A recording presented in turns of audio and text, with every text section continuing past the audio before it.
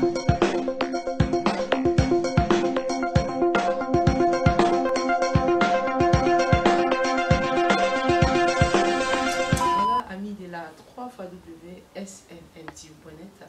Samuel Ndonga Ministry, c'est votre émission La Vérité Libère du site que vous connaissiez. Nous sommes encore là de retour après un bon moment de silence, un bon moment de calme, parce que vous savez, nous voulons tout le temps nous ressourcer, nous ne voulons pas tout le temps paraître pour ne rien dire. Nous voulons dire des choses qui viennent du royaume, et vous savez, les choses qui viennent du royaume, il faut aller les creuser, chercher, fouiller dans les prières et les jeûnes. Sur le passé trésor, voilà, je suis revenu, les vacances sont finies.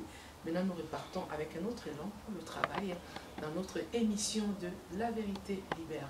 Aujourd'hui, j'ai reçu un invité très spécial.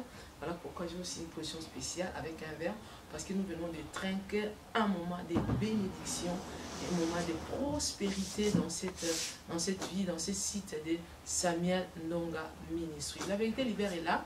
Je suis avec le prophète Miezi, qui est venu de l'Angola. Bonjour, papa. Bonjour, pasteur Trésor. Voilà. Heureuse pour moi de vous recevoir dans cette émission de La Vérité Libère.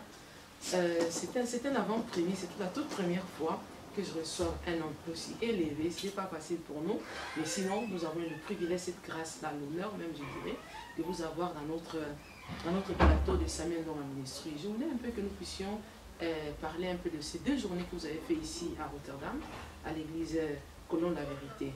Mais avant que nous puissions aller loin, je voulais d'abord trinquer avec vous cette première, si c'est possible, excusez-moi, voilà. C'est possible. Pour la gloire de Jésus, bien sûr. Voilà, c'est pour la gloire de notre Seigneur. C'est toujours une grâce, un honneur de recevoir un homme de Dieu qui est vraiment béni, qui a aussi beaucoup d'expérience, parce que j'ai appris pendant des témoignages que depuis votre jeune âge, d'autres me diront à 78, où est-ce que j'étais en 78? Alors vous étiez déjà un des jeunes prédicateurs au Congo. Est-ce que vous pouvez nous parler brièvement de votre parcours? À quelle heure vous avez commencé? Où ça a commencé et jusqu'à aujourd'hui? Moi, je pense que j'ai reçu le Seigneur en 1977. Voilà. J'étais encore très jeune, en sortant dans la vie de la rue. Comme je l'ai toujours dit, je n'ai pas honte de dire là où Jésus m'avait ramassé. Je suis quand même quelqu'un qui est né dans une famille pauvre, grandi dans des réalités misérables et chaotiques. C'est au travers de toutes ces choses-là que j'avais accepté le Seigneur. C'était aussi au travers d'une pénible maladie. Mais l'histoire ou bien les témoignages, c'est vraiment très long et profond. Je ne saurais jamais expliquer toutes ces choses-là. Mais ce que je sais, j'ai commencé très jeune. Voilà. Et on me dit que dans ces jeunes âges-là, le Seigneur opérait déjà des miracles avec vous. Et est-ce que c'était aussi facile pour vous, à cet âge-là, d'opérer des miracles? Et quelle en était la pensée de vos parents? Quelle était leur vue à votre ministère à cet âge-là? Merci beaucoup pour la question. Moi, je pense que donner ma vie à Jésus-Christ dès le bas âge, c'était vraiment la réponse positive aux prières de mes parents. Amen. Parce que j'étais où je fus vraiment quelqu'un qui était dans la rue. Alors me voir donner ma vie à Jésus, c'était vraiment la prière positive de mes parents, comme je l'avais dit. Ils étaient vraiment dans la joie. Mais opérer les miracles d'une manière ou d'autre, moi-même je ne savais même pas comment cela se faisait dans ma vie ministérielle. Mais ce que je sais, le premier jour où je me suis rencontré avec le pasteur, je ne pourrai jamais oublier ce jour. C'était le pasteur Vakambi Ndongala. À l'époque, il était à l'église de Makala, Ouassa. Mais pour le moment, il dirige l'église Angile, quartier 3. Oh, il est vivant jusqu'à Il est vivant jusqu'à aujourd'hui. C'est lui que je peux dire mon père spirituel, parce que c'est au travers de lui que j'avais reçu Jésus-Christ en qualité de Seigneur et Sauveur. Et c'était aussi au travers de lui, vous comprenez, que j'ai été guéri par la maladie pénible que j'avais. Donc c'est vraiment important. Mais qu'est-ce qui s'est passé alors, maman? Les jours où j'avais reçu Jésus-Christ, nous sommes allés à l'église avec ma grande sœur. Hein? Vous étiez encore païen, vous connaissez, vous avez juste suivi votre grande sœur. Non, je n'ai pas suivi ma grande sœur. Ma grande sœur, mes parents, ils priaient déjà. Oui. Mais moi, j'étais déjà dans la rue. Hein, dans ce village de mondanité, donc, qui ne pouvait jamais plaire à l'Éternel ni à mes parents. Alors, j'étais aussi dans des fétiches. Voilà. Alors, comme je fus volé en 76, j'ai volé la poule d'un chef coutumier de notre village. Wow. Et cela m'a créé des sérieux problèmes, ça fait les retours. Et j'étais attrapé d'une maladie terrible. Et c'est au travers de cette maladie-là que j'avais donné ma vie à Jésus. C'est moi-même, Dieu m'avait... Donc l'Éternel se révéla la nuit. L'Éternel se révéla. Il me dira pendant la nuit que mieux, si tu ne donnes pas ta vie, tu vas mourir. Et cette nuit-là, c'était vraiment une nuit donc, qui avait perturbé mon entendement. Alors il se fait que le matin, j'ai dit à ma mère, aujourd'hui je vais donner ma vie à Jésus-Christ. Ma mère voyait ça comme de la blague. Alors elle a dit, moi je ne suis pas prêt de t'accompagner. Et voilà, ta soeur peut t'accompagner à l'église. Et voilà ma grande soeur. Moi je viens après ma grande soeur. Elle va m'accompagner jusqu'à l'église. Et à l'église, ce n'était pas les jours de culte. C'était les jours où les pasteurs recevaient les membres, comme d'habitude, comme les jours de consultation. Et quand elle va me présenter chez les pasteurs, elle avait utilisé un langage qui n'a même pas plu le pasteur. Mais moi-même, j'étais furieux. Voilà notre frère, les voleurs là, les brigands, les voyous, il a accepté de donner sa vie aujourd'hui à Jésus-Christ. Alors le pasteur a dit à ma grande sœur, il n'est pas voyou, il n'est pas voleur, il n'est pas ce que vous pensez, mais c'est un grand homme de Dieu que le diable a voulu détruire. Mais votre frère là, c'est un grand homme de Dieu et il sera un grand homme de Dieu. Et j'avais retenu ces paroles-là. Et alors, à l'époque, je ne connaissais même pas même un verset de la Bible. Et il a prié pour moi. Aujourd'hui, les résultats et les fruits sont là. Voilà, amis de la 3FAW, j'ai trouvé le message aujourd'hui. Nous allons parler aujourd'hui de ce que les gens disent de vous. Ce n'est pas ce que vous êtes ce que Dieu dit de vous. Peu importe ce que les parents ont dit de vous, peu importe ce que votre passé vous a coûté, ce que votre passé vous a prêté, mais vous êtes ce que Dieu dit que vous êtes. Voilà. Je voulais savoir, papa, dans votre ministère, dans votre parcours, est-ce que avez-vous connu peut-être certaines failles ou bien vous saviez que ça c'était une erreur que j'ai commise par rapport aux enfants que vous avez engendrés, par rapport à une prédication, par rapport à une doctrine quelconque? Avez-vous embrassé peut-être une doctrine qu'il ne fallait pas à cette époque-là parce que vous n'aviez pas encore vraiment la connaissance et par rapport aujourd'hui? J'ai connu des failles et des erreurs étant qu'humain. Et par rapport aussi à la manque d'expérience. Mais dire qu'embrasser une fausse doctrine, non, je ne l'ai jamais fait. Et je ne le ferai jamais dans ma vie. Parce que moi, je suis tombé entre les bonnes mains. Amen. J'ai connu ma conversion à l'église des assemblées de Dieu. Ceux qui sont venus de la RDC, ils savent que l'Assemblée de Dieu était une église, ou bien c'est une communauté qui a vraiment la véritable doctrine et qui sait comment faire orienter, encadrer et directionner les enfants. Donc voilà. Donc c'était difficile que je puisse me cadrer des Écritures. Et dans votre appel, vous avez un livre quelconque dans la Bible où vous avez tout basé parce que on entend les gens quand ils sont appelés, le Seigneur m'a appelé par tel verset, le Seigneur m'a appelé par tel domaine. Et quelle est vraiment votre spécificité dans l'appel de Dieu? Vous avez un verset ou un livre où le Seigneur a mis vos pieds afin de pouvoir lancer votre appel, votre ministère? Non, moi ce n'était pas par rapport à un verset de la Bible. La première des choses que je crois, c'était la parole, le langage qui était sorti dans la bouche de mon père spirituel qui est le pasteur Fakam Ndongala. Et la deuxième chose, il y avait un verset, pendant que je priais, j'avais vu un verset dans le livre d'Ésaïe qui m'avait dit que je serais prophète. Nous pouvons lire cela? Ah mais oui. C'était dans les livres d'Ésaïe. Et par rapport à ce verset-là, comme je n'avais même pas l'expérience, pas moi, un pasteur, je ne croyais pas que je pouvais servir Dieu.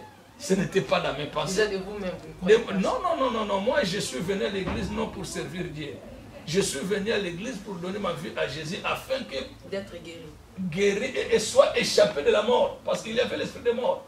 Alors, par rapport à ça, mais tout au long de ma vie chrétienne, je ne dis pas de ma vie ministérielle, alors le Seigneur va déposer un verset qui était vraiment très capital et j'avais partagé ça avec les pasteurs. Alors, la chose difficile, c'était quoi? Dans les assemblées de Dieu,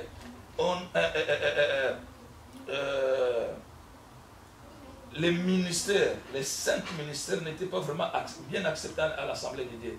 Parce que là, on parlait que des prophètes, plutôt des pasteurs et des évangélistes. Ou soit tu es évangéliste, ou soit tu es pasteur. Alors c'était un peu difficile de croire que je serais prophète. Mais quand vous dites que l'Assemblée des dieux, pour ceux-là qui connaissent l'Assemblée des dieux, ils savent que c'est une assemblée qui est basée sur des bons fondements. Mais vous dites, et là vous venez encore d'évoquer qu'ils n'acceptaient pas d'autres ministères en dehors de l'évangéliste et du pasteur. Mais quelle était leur bonne base à cette époque-là? Alors là, il nous parlait que les 5 ministères existaient. Oui. Mais ils étaient basés dans le ministère pastoral et évangélique. C'était dur dans des années 75, 76, même 80, de trouver un apôtre dans l'assemblée de Dieu, ça n'existait pas. Voire même un prophète, ça n'existait pas. C'était doctrinal ou c'était juste... C'était leur manière, leur façon de travailler. Leur manière et leur façon de comprendre les choses. C'est après qu'ils ont accepté tous les 3 autres ministères. Mais cette manière-là, ce n'était pas une erreur déjà? Ah, mais quand on dit que la sanctification est progressive, la connaissance aussi est progressive. Voilà. Tout est progressif. Moi, je pense que le message que tu avais prêché, quand tu avais commencé ton ministère, quand tu vas encore revenir à ce message-là, tu ne vas pas prêcher ça de la même manière. Exactement. Voilà. Donc, c'était juste une parenthèse pour savoir si aujourd'hui, ils sont revenus à leur idée de savoir que le pasteur, le prophète, tous les 5 ministères peuvent exister dans les assemblées. Mais ce ministère existe. Si aujourd'hui, nous appelons Papa Fakam, et plutôt Papa Kelani, apôtre, cela veut dire qu'ils ont accepté ce ministère. Et à l'époque, on disait aussi, pour avoir les titres là honorifiques, ou bien le ministère de devenir un docteur, tu dois aller au Togo pour faire les études supérieures. Et quand tu finis au Togo, tu rentres en RDC. Là, on va te dire que tu es maintenant docteur. Parce que en fait, ils acceptaient cela, mais il fallait d'abord passer par certaines formations. Ok. Alors, ce qui a été pour moi, c'était dans le livre d'Ésaïe 43. Et quand je lisais tous les chapitres là, j'ai compris que l'Éternel m'avait appelé dans le ministère prophétique. Mais c'était vraiment, j'étais en train je n'étais pas, plutôt, je n'avais pas vraiment la confirmation. Et je parlais avec les pasteurs. Les pasteurs ont dit, peut-être tu seras prophète. Mais par contre, toutes ces réalités-là, il n'y avait aucun prophète dans les assemblées de Dieu, ni apôtre. Moi, je connais seulement des pasteurs et des évangélistes. Mais il m'avait dit que bon, Dieu t'a appelé dans les ministères et le travail. Peut-être un jour tu seras prophète. Et on s'est limité là. Il n'est pas entré dans la profondeur. C'est tout. Et quand est-ce que ça s'est concrétisé, cet appel de prophète? Et quand est-ce que ça a été ordonné? Mon appel, moi j'ai commencé d'abord à être un évangéliste. Parce qu'à l'époque, dans les assemblées de Dieu, les évangélistes étaient comme les serviteurs des pasteurs. Et c'était aussi une erreur. Quand tu vois un pasteur, il travaille avec des prédicateurs, ça c'est mon évangéliste et tout ça. Alors, mais par après, moi j'ai fait l'Institut biblique. J'ai fait l'Institut biblique, j'ai entré à l'Institut biblique à 80 et j'ai terminé mes études bibliques à 83. Et quand les 3 années qu'on a passé à l'Institut biblique, ça m'a aidé ou ça nous a aidé de comprendre beaucoup de choses. Voyez-vous? Mais quand j'étais quand même dans les assemblées de Dieu, je n'avais pas, personne ne m'appelait prophète. Vous comprenez? J'ai quitté les assemblées de Dieu. J'ai travaillé dans une autre communauté. Personne aussi. Et même moi-même, j'étais toujours révérend pasteur. Révérend pasteur, révérend pasteur. Mais à 92, j'ai quitté l'Angola pour une grande conférence à Zimbabwe. Et je ne peux jamais oublier cela. Théo Mabilama était là. L'apôtre Nsingi était là. Et dans cette conférence-là, ce grand prophète de Zimbabwe, son nom c'est André Utaonashi.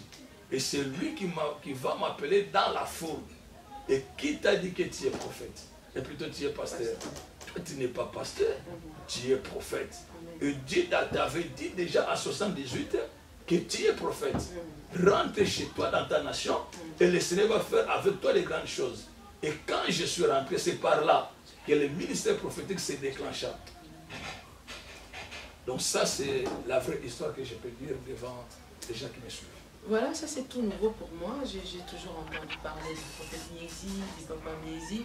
Mais j'ai eu cette occasion avec vous aussi, profiter avec moi, de pouvoir connaître. Des fois, vous entendez des choses des gens, des radeaux de doigts. Mais ici, c'est lui-même qui parle.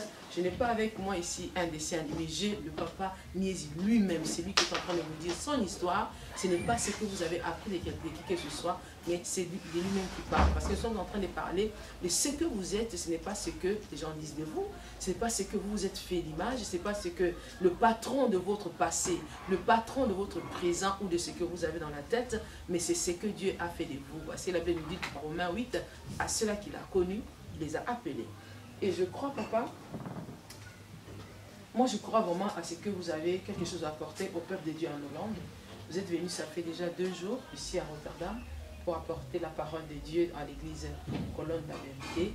Et nous avons suivi cela dans les réseaux sociaux, Facebook, YouTube. Alors ça a vraiment cartonné, comme on dit, ça a cartonné, ça a vraiment édifié, ça a aidé le peuple de Dieu. Et vous-même, quelles sont les impressions, quel est le feedback que vous pouvez avoir de ces 2 journées de travail? Bon, moi, je voudrais te dire, pasteur, mes impressions ont été toujours positives. Amen. Partout où je passe, il y a des traces qui restent. Je n'ai jamais été méprisé par les gens qui ont les cœurs sincères. Toute personne qui m'a écouté étant que prédicateur de l'évangile, il sait que le prophète Miezi, c'est quelqu'un qui parle très bien de la part de son Dieu. Quand moi je me mets devant le peuple de Dieu, je me laisse emporter par l'Esprit de Dieu. J'aime que le Seigneur m'utilise pour donner la réponse aux questions et la solution aux questions du peuple et la solution aux situations du peuple. Moi, je pense que vous-même, vous avez été témoin pendant ces 2 jours. Je n'ai pas parlé de moi-même. J'ai parlé de celui qui m'a enrôlé dans le ministère. Et j'ai exposé mon évangile d'une manière agréable et exacte. Et je parlais avec exactitude. Et voilà, même ceux qui nous ont suivis. Parce que c'était... comment vous disiez ça? C'était en live. C'était live. Sur Facebook. Sur Facebook. Il y a eu beaucoup de commentaires. Oui. Beaucoup. Mais si les gens ont commenté d'une manière positive, cela veut dire que le travail s'est bien passé. Alors, papa Miezi, déjà, en 78, vous avez commencé. Et là, vous continuez. Quand est-ce que vous comptez terminer? Non, mais moi, je ne compte pas terminer. Il n'y a pas de retraite dans cet appel-ci? Non, je ne sais pas, parce que moi, je sais que la mort existe. Amen. Mais moi, je ne crois pas à la mort. Je ne crois pas qu'un jour, moi-même, je vais mourir. Je suis comme l'apôtre Paul. Vous savez, l'apôtre Paul est mort. Mais il ne croyait pas qu'un jour, il pouvait mourir. Paul disait quoi? Quand la trompette sonnera, les morts en Christ ressusciteront premièrement. Et nous, les vivants, nous irons à la rencontre du Seigneur. Moi, je suis compté parmi les vivants. Je ne pense pas que... Moi, je sais que la mort existe, mais moi, je ne vais pas mourir. Et surtout, par rapport aux ambitions des humains, je ne crois pas cela. Parce qu'il y a, la Bible déclare quoi? Il y a aussi des gens qui ne verront pas la mort. Oui, ça c'est Ils seront enlevés le jour de la rédemption. Et vous comptez parmi ceux-là? Moi, je suis compté parmi ces gens-là. Selon ma conviction, ma foi. Oui, la Bible dit qu'il te soit fait selon votre foi. Mais si cela m'arriverait qu'un jour je peux mourir, je vais prêcher la parole de Dieu jusqu'à la veille de ma mort. Mais est-ce que vous préparez quand même? C'est vrai, vous ne croyez pas à la mort, vous ne croyez pas vous croyez que vous serez enlevé, est-ce que vous préparez quand même votre successeur, l'après-vous? Oh maman, j'ai commencé à préparer les successeurs depuis le bas âge. Mais je ne dirais pas que Dieu m'a laissé. Les enfants que j'ai préparés, qui pouvaient me succéder, m'ont tous laissé. Mais Dieu m'a fait grâce. Aujourd'hui, Dieu élève mes propres enfants. Amen. Et je crois que sans mâcher les mots, c'est ma fille qui va rester avec mon ministère.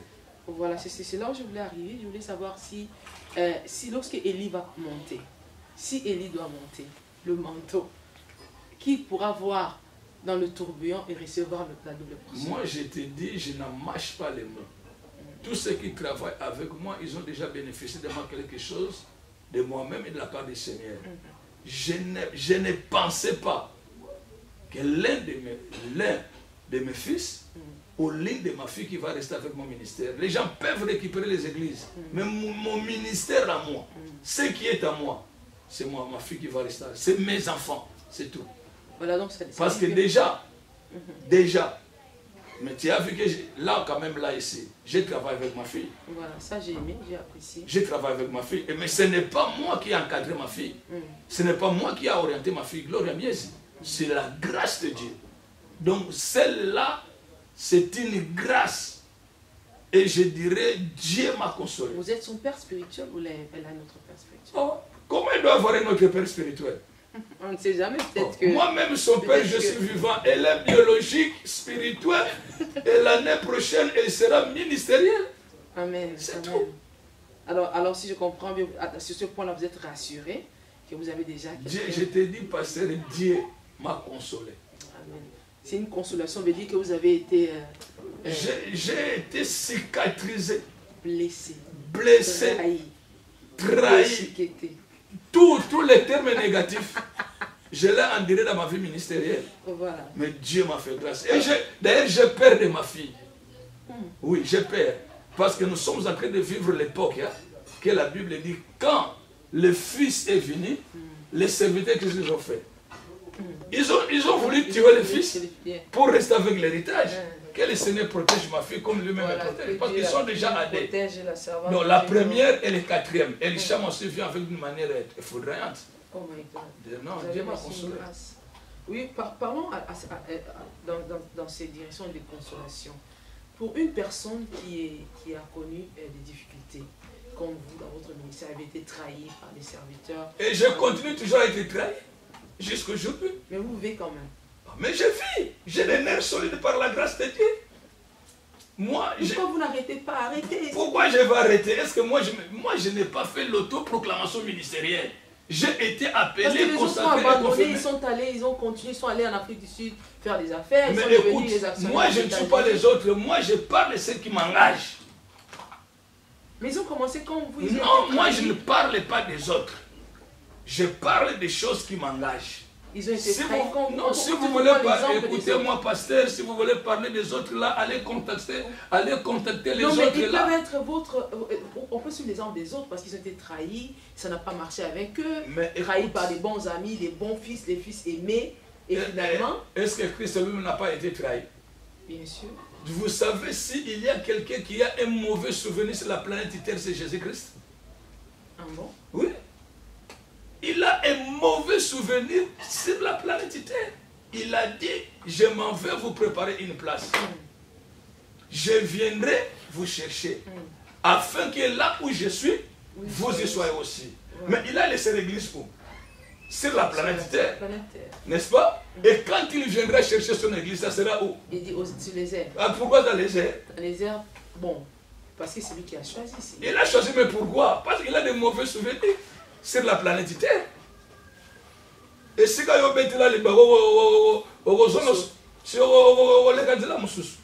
donc c'est ça la réalité. Une personne qui est découragée, une personne qui est trahie, tout ce que vous pouvez... Quel est l'apport, quel est le message, ou bien le secret pour que cette personne puisse se relever et continuer?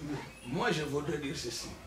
Si vous voulez aller plus loin avec le ministère, tu dois commencer à se référer de ce que l'Éternel t'avait dit. Voilà.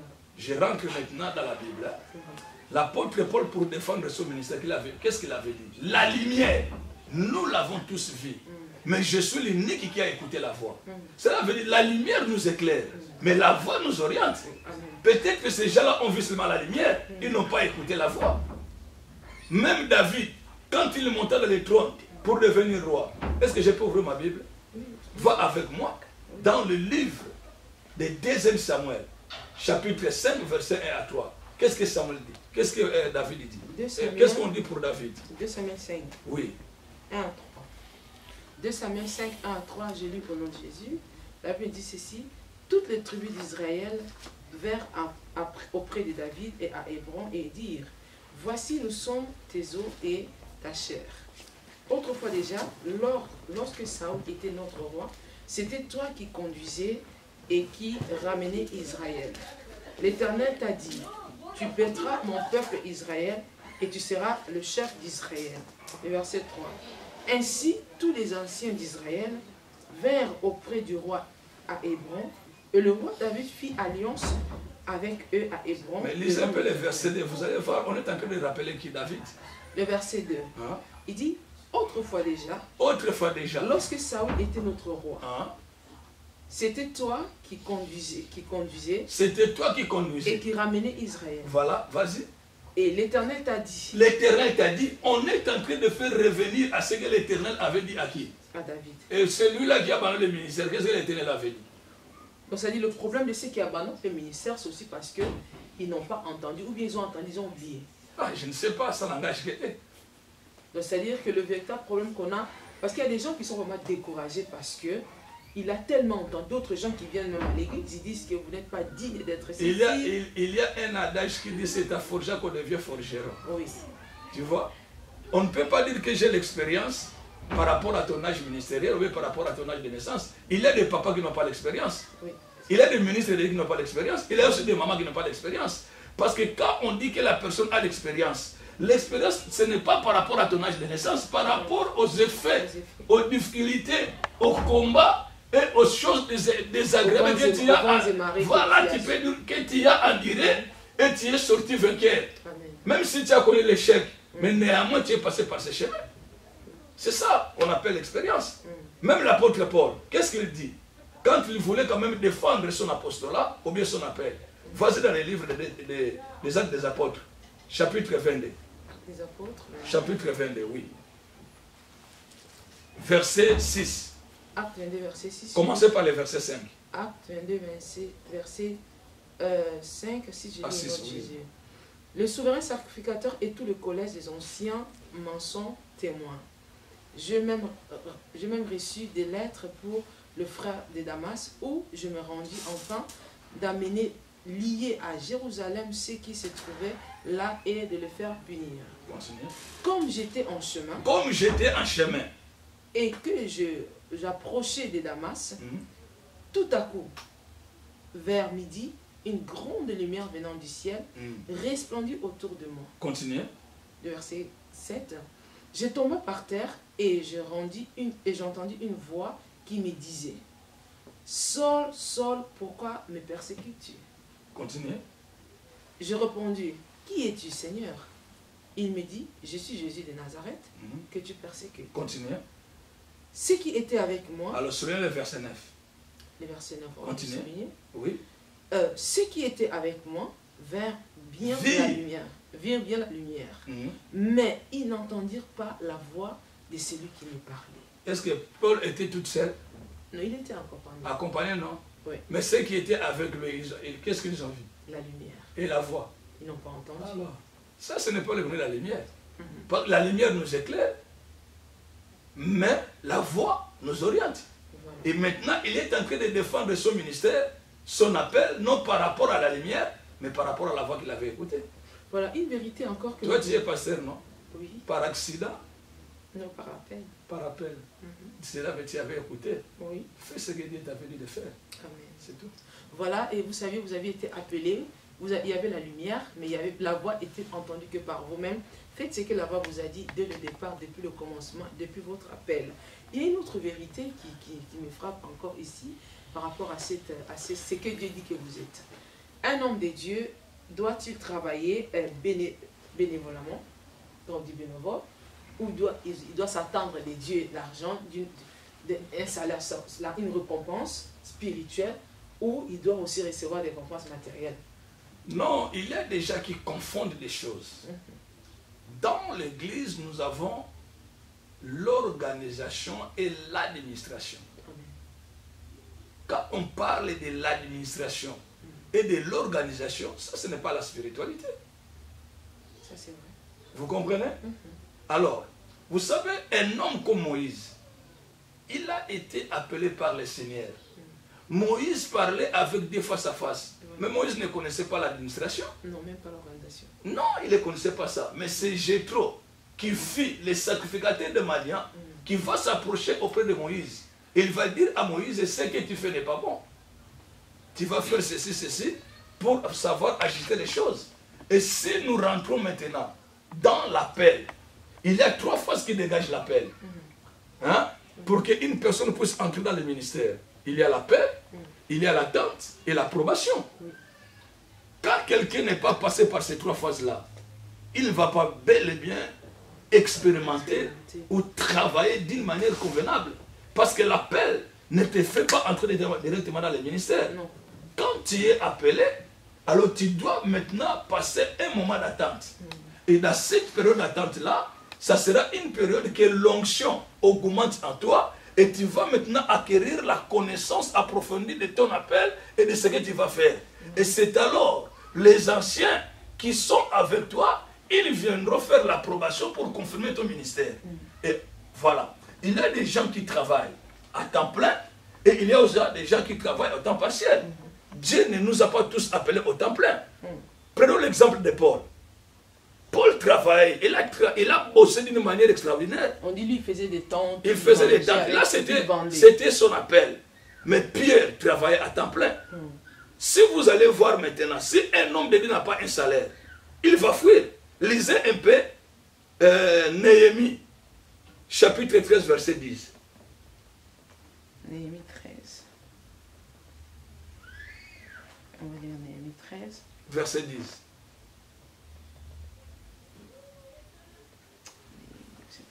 Néhémie 13, verset 10. Oui, vas-y. Je l'ai pour le nom de Jésus. La Bible me dit ceci. J'appris aussi que les portions des Lévites n'avaient point été livrées. Tu commences à dormir dans l'émission, bien comment? Non, c'est parce que les Écritures sont petites. Ah, mais qui vous a dit d'être avec la Bible avec des petites Écritures? Non, non. Il dit, j'avais appris aussi que la portion des Lévites n'avait point été livrée et que les Lévites et les chantres chargés du service s'étaient enfuis chacun dans nos territoires. Mais pourquoi ces gens-là sont enfuis? Parce que leurs récompenses, leur salaire n'avait pas été livré. Vous comprenez? Les Lévites, ils travaillaient à temps plein. Et les chantres aussi étaient à temps plein.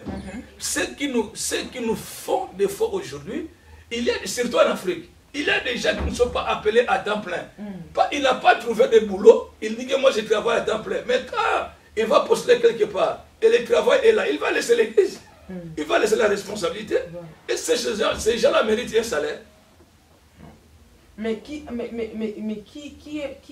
récompense en ce moment-là le ministre qui travaille? Il y a la récompense des hommes et la récompense de Dieu. Bon, nous parlons de la Laisse-moi d'abord expliquer. Qui est matérielle à l'église. Mais je suis là, maman. Oui. C'est un ecclésiologue qui vous parle. Oui. Donc je voudrais dire ceci. Il y a la récompense des hommes. Et il y a aussi la récompense de Dieu. Voilà. Quand Christ appela ses disciples pour les encadrer dans le ministère, qu'est-ce qu'il leur avait dit? Allez, ne portez pas de tuniques, ni même les sacs, ni des ceintures. Prêchez la bonne nouvelle. Ressuscitez les morts. N'est-ce pas? Guérissez les malades. Car l'ouvrier mérite son salaire. Est-ce que c'est Christ qui avait donné le salaire à ces gens-là? Non.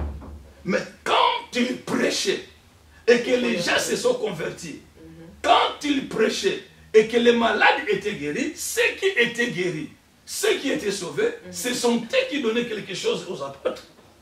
Ce n'est pas la récompense des hommes, mais qui dispose le cœur des gens.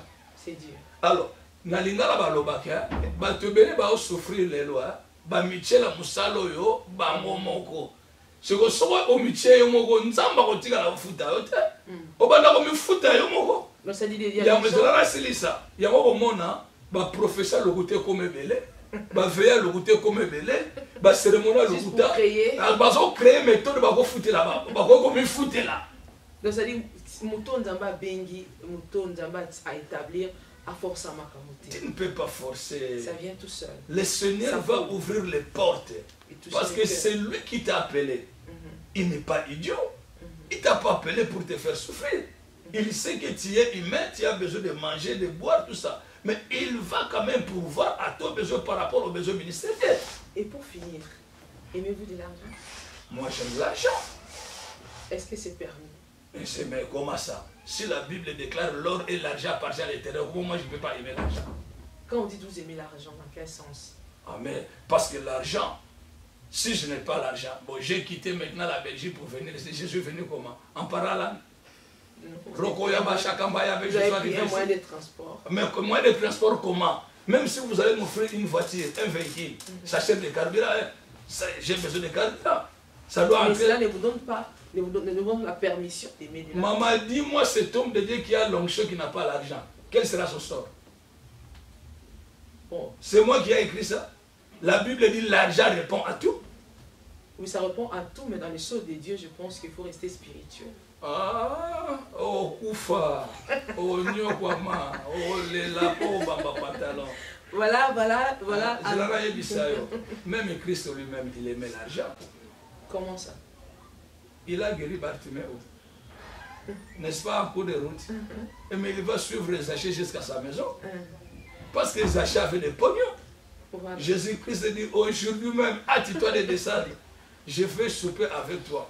Et quand Jésus était à la maison des achats, quand est-ce que Jésus va dire dans sa bouche, va prononcer que maintenant le salaire est entré dans ta maison? C'était pendant qu'il mangeait. Pendant que les achats avaient dit, je partagerai mes biens avec les pauvres. Hein?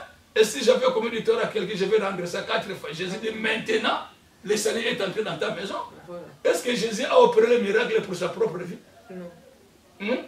Quand il avait fait le miracle de multiplication de pain, c'était pour les autres. Oui. Mais pour sa propre nourriture, il avait des femmes, il lisait les livres de Luc chapitre 8, il a été assisté.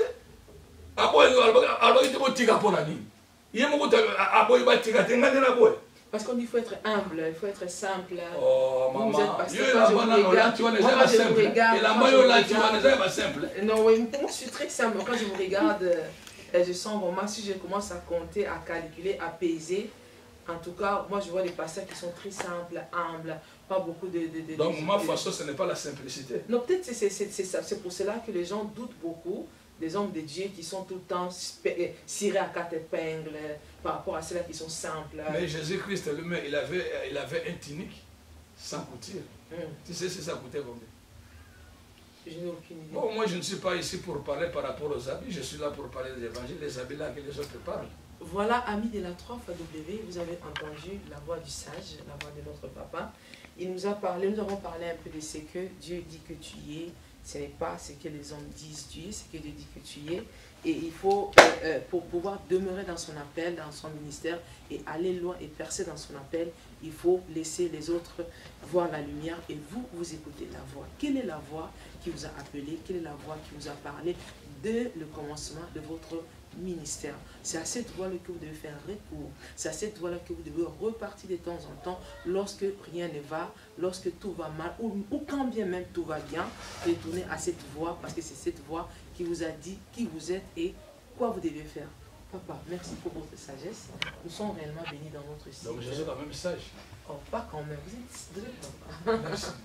Alors, qu'est-ce que vous pouvez dire un dernier mot à ces serviteurs de Dieu qui a eu le plaisir de vous suivre pendant ces 2 journées et qui a encore le plaisir de vous écouter parce que dans la bouche du sage, il y a toujours la sagesse. Non, ce que je peux dire à ces instants, nous devons comprendre qu'il n'y a aucun ministre de Dieu qui est parfait. Il n'y a aucun ministre de Dieu qui est parfait et il n'y a aussi aucun ministre de Dieu qui se suffit de lui-même. Parce qu'il y a des gens qui nous voient dans les scènes, mais ce que nous faisons après les scènes, on ne sait pas. Nous avons des faiblesses, nous avons des manquements et nous avons aussi des faiblesses. N'est-ce pas? Et vous n'êtes pas parfait? Moi, je ne suis pas parfait. Ok. Moi, je ne dirais jamais aux gens que je suis parfait. Je suis quelqu'un qui a trouvé la grâce de servir le Seigneur. Et je te dirais, moi, je ne suis pas le véritable prophète. Moi, non. Je ne suis pas le véritable. Je ne suis pas le prophète par excellence. Si vous lisez dans la Bible, dans le livre d'Éphésiens chapitre 4, versets 11 à 12, la Bible dit, il a donné les gens comme apôtres. Quand on dit que tu es comme, est-ce que tu l'es vraiment? Alors, donc, étant que comme, je suis comme, et je veux conseiller à mes bien-aimés comme apôtre, comme prophète, comme évangéliste, comme docteur et pasteur, et nous devons éviter l'orgueil à nous. Le ministère n'a jamais été le sujet de la compétition ou de la concurrence. Le ministère, c'est la complémentarité. Donc nous devons savoir se compléter pour que l'œuvre de Dieu puisse aller de l'avant. Et que Dieu vous bénisse. Au nom de Jésus-Christ. Amen. Pourquoi nous avons voulu que, avant de finir, que vous priez pour le peuple de la Hollande, tous les chrétiens de la Hollande. Moi, je ne vais pas seulement prier pour le peuple de la Hollande, je vais prier pour le peuple du monde entier. Voilà. Parce que tous nous appartenons à l'Éternel. Et c'est là qu'ils vont nous suivre. Ah, peut-être tu vas te révéler pour... On doit d'abord commencer à Jérusalem. Hein. Oui. Ah. Voilà. Bon, je commence par les Hollandais. Voilà. Et je vais remettre tout le peuple du monde entier entre mains du Seigneur. Amen. Père grand Dieu, je lève ma main droite en qualité de son serviteur. Souviens-toi des Hollandais. Et souviens-toi de tous ces peuples qui habitent dans la planète Terre. Tu fais grâce à qui tu veux. Merci. Laisse que ta faveur, ta grâce et ta miséricorde soient répandues et soient manifestées aux habitants de la terre. Appelle les chiens, car il est écrit, demandez au maître de la moisson qu'il puisse envoyer les ouvriers dans sa moisson. Envoie maintenant les ouvriers pour ta gloire dans ta moisson au nom de Jésus-Christ. Merci, merci, merci pour la gloire du Père. Amen. Amen. Voilà, amis de la 3W, nous avons commencé en beauté et nous terminons aussi en beauté avec le papa Miezi. Ça a été très bien, nous avons été bénis. En tout cas, suivez-nous dans notre page Facebook Samuel Ndonga Ministries et dans notre site www.snmtv.net de Samuel Ndonga Ministries. C'était le pasteur Trésor de la Vérité Libère. J'ai reçu papa Miezi qui nous a été une bénédiction. À la prochaine, à très bientôt, pasteur Trésor. Au revoir. Au revoir.